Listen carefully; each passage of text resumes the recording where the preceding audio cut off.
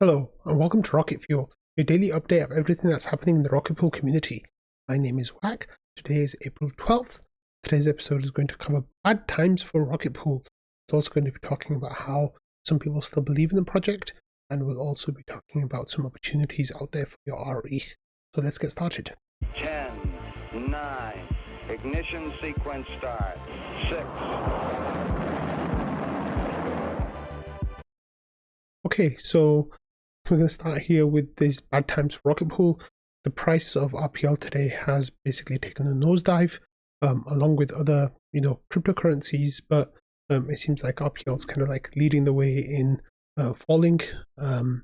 If you have a look at like the 15-minute chart, it's gone down around 14% today, which is a really big hit, and it's down to $22.59. It's pretty much like selling off frenzy. Every time I refresh it, it's going down more percentage points. The same kind of thing is happening with ETH. That's down 8%. Even Bitcoin is down 5%. But you need to go down, like further down the alt curve, to see just how others are falling. Like for example, the Arbitrum token has fallen 19% today. The alt token has fallen 18% today. And ETH BTC is looking quite bad. And I think it's not quite hit a cycle low yet, but it's not far away from it. So things are not looking good. And of course, the RPL token, like I said, like with other alts, it's kind of falling the same amount as other alts. The problem is that it's already fallen so much against ETH that it's quite hard for a lot of people to stomach right now. So wait, this was just a few minutes ago and I hadn't refreshed it. But since then it's gone down a bit more, and actually on Binance it's down a lot more. So if we just look at like the last year on like what RPL has done for the last year, the orange line on the screen is the RPL token, and there's no orange line. The blue line is the RPL token, and the purple line is the price against ETH. And we can see that you almost exactly 1 year ago we were hitting all-time high prices against the US dollar, around 60. Well, according to CoinGecko, here is like $60, but on Binance it went up to $65. But what ended up happening was, the ETH price then was, I've had peaked a couple of months earlier, around 0.035, well, 36 pretty much. And since then, today the price is down to 0.071.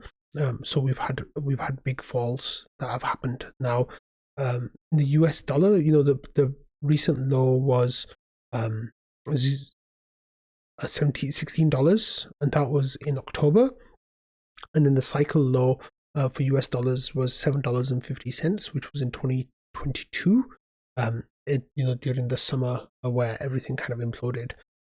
So from that perspective, in the US dollar, like the prices held up. But of course, we count the RPL price against ETH terms, and in ETH terms, it's down bad. So it's been a tough year for everyone in Rocket Pool, considering the price of the RPL token, and the ideas are that this has been tough, and like there's no denying that, right? Like there's been a tough time. So I hope like everyone who's out there, like you're all doing okay.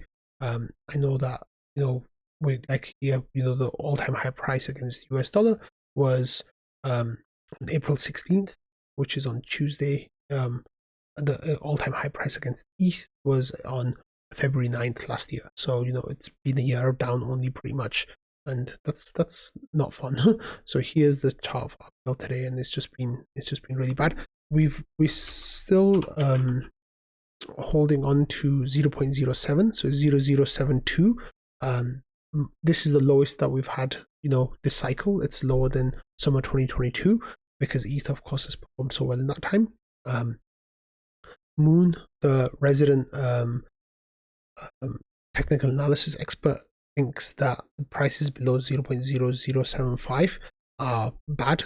Now we're in that bad place, so it's going to be interesting to see how we respond from here and how things change in the coming days and weeks. However, as always, the Rocket Pool, the protocol keeps going. we had this whale who staked nearly 30,000 RPL today. So people are still out there who are, staking the RPL and staking ETH. However, there's a whole lot of people who are, and this person, see, like they've actually, no, that's a different person. Sorry, let me just see. The same person. It looks like some people are like this person, this whale is starting 16 ETH validators instead of 8 ETH validators because you need less RPL collateral to do that as a percentage of the ETH that you have. But there's a whole bunch of node operators who are leaving as well, so that's not good. Also, we have the deposit pool, which is not full. It's not empty as well, but it's not full, and it hasn't like refilled as quickly as it normally does. Yesterday there was actually let me just see, there was a big rETH purchase as well of like nearly 1,000 ETH worth. Right here, Jasper has a screenshot of it. So he says people still care about resilient LSTs, and here's a 990 ETH purchase of deposit of ETH and minting of rETH. So the protocol still works. But it's just right now it's a bad time for everyone involved. So it's no fun. And of course, if you're still involved in the protocol, if you have ETH and RPL, then you can stake like that person who just staked their 30,000 RPL just did. However, if you just want to hold rETH, then there is a lot you can do with your rETH as well. We talked about the DeFi guide a couple of days ago, where you can get up to 20% rETH liquidity pool providing. Here there's a new gyroscope pool, which is on the Polygon ZK EVM, and they're getting a boost with Balancer and Aura Finance. So here there's up to 27.6% APR on providing liquidity for wrapped ETH and rETH. So there's some really nice like yields that you can get out there for your rETH if you want. Okay, next we're going to be talking about Myso Finance. And Myso Finance, some of you who know have followed around for a while. Like they're a new DeFi protocol. They launched last year, and they've always been happy to integrate rETH and Rocket Pool products like RPL as well into their platform. They had a version 2 that went live last year, and Myso basically had a Twitter space, and Maverick was the guest on the Twitter space yesterday, which was really cool. And they talked actually about we got this summary of the call from Wooden Chip, and they talked about something called an IOO. So here it says Myso Finance. They're talking about Myso on discussion with Mav about the IOO and airdrop bread. So if you want to listen to the call, around 24 minutes and 30 seconds, they talk about an IOO, which they're calling an initial option offering. And what they're saying is that if you hold rETH, they'll be taking rETH as the exclusive collateral for their IOO. And also they have actually maybe this, so let's just go to their Twitter and have a look if they've got their airdrop announcement. So they're getting an airdrop announcement. So here they go. They said, "You tired of endless points programs? Well, we're here to say that we're done with them too. The Myso airdrop is confirmed. There's still a chance to qualify before claiming is live by running a covered call strategy. Learn how below." And then there's more information about the airdrop. It says we've got tokens ready for those from covered call strategy via Myso. Lend your volatile tokens, earn upfront stablecoin premiums, and some Myso on top. And then when is the airdrop? It said soon, sooner than you think. And don't worry, the IOO is on the way too. So the IOO will let you, I guess it's kind of like an ICO. Like I think they just don't use that language anymore. But it means that you can give them your rETH and get a share of their tokens as basically it's kind of like an initial option offer. So that's what they're doing with. If you're interested in that, remember that this is all risky stuff. So keep that in mind before you go ahead with that. Okay, next we had this all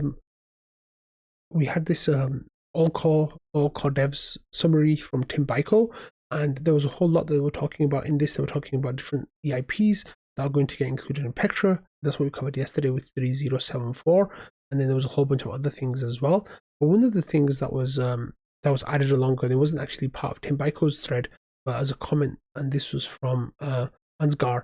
He said, for people who didn't listen to the call, there's relevant context. This was an update for core devs on the conversation around the issuance change proposal over the past weeks. Without a significant shift in community sentiment, this will not progress in the Pectra governance process. So, of course, Pectra is what they're working on right now, getting everything finalized and like all the development work happening for that with the aim of it going live at the end of the year. And the issuance curve actually proved quite controversial. There was a lot of people who were in support of it, and just as many people, if not more people, who were against having that. The idea was that this was the time to act, to change the issuance curve before too much stake comes online. And there's thousands of ETH coming online every day. And if the idea was that this, now is the time to act, because the next hard fork after that might be a year away after that, like, a year and a half from now, nearly 2 years from now, potentially. And by then, the damage of the issuance curve would have been done. But it looks like the fact that there was as much controversy as there was, that has now been pushed out, at least for the upgrade after Pectra. So that's not going to happen. Okay, and we're going to spend a couple of minutes talking about EIP 3074, which is the smart wallet EIP.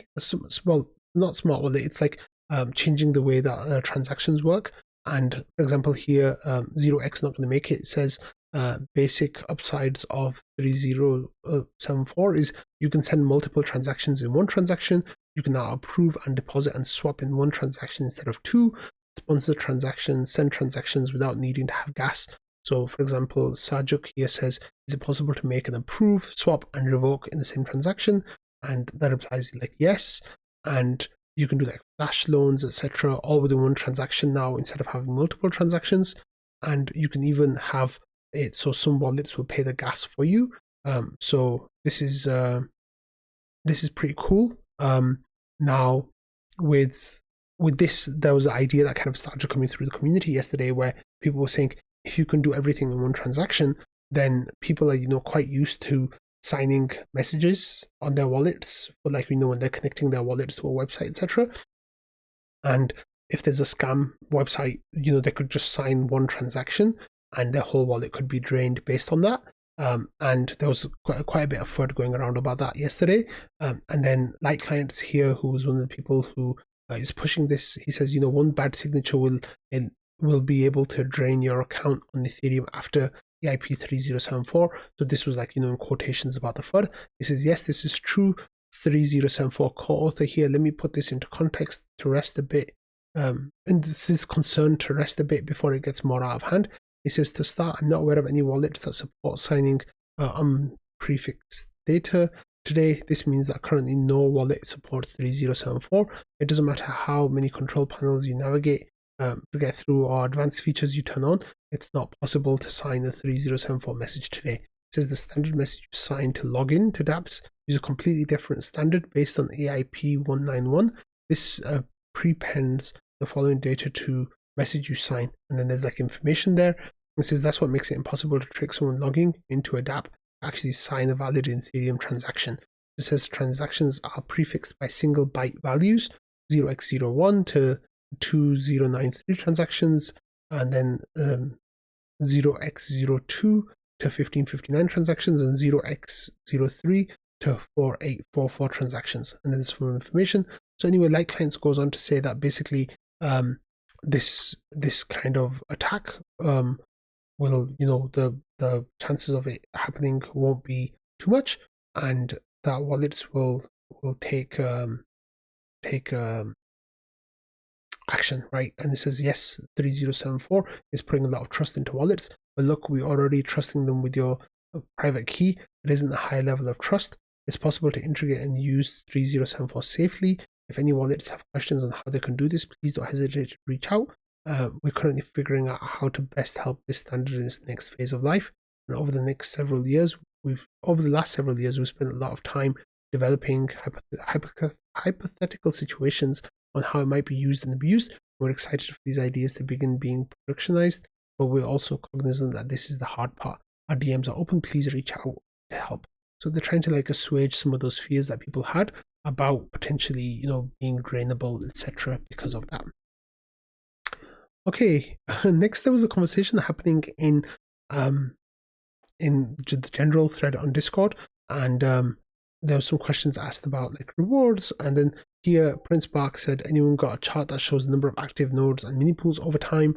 And Ramana replied by saying, Dune does, try this. And then we just see this wick of patches being banned. It said 0x patches has been banned, and he was gone. And that was at 11:37 today. And then patches comes back saying, well, that was exciting. Thanks for unbanning me, whoever did it. And it was Kron or Mav, I guess one of those two guys unbanned him. But it says patches days since ban 0. So patches got booted and he basically joined the Purple Pleb Club. He's not a member of the rocket scientists anymore. He'll be given that role back, of course, but patches got banned. So you got to be careful what you're posting in Discord. Now, I'm not sure what the reason was for his ban, but the ban actually happened. So sorry, patches. And finally, something a little bit lighthearted to finish the episode on. So yesterday we were all talking about how there was a song that Dondo had made that was Come Back Whack song, and it was a rocket pool song basically. Well, Sleeky took that song and he put it onto this concert footage of me entering a stage, AI generated, and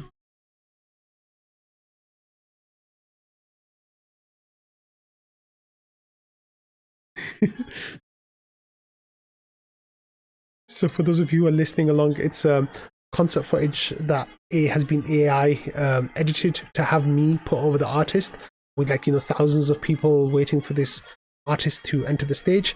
And instead it's like me wearing an orange rocket pool t-shirt and black jeans and kind of dancing onto the stage with this rocket pool song that Dondo made. So that was really good fun.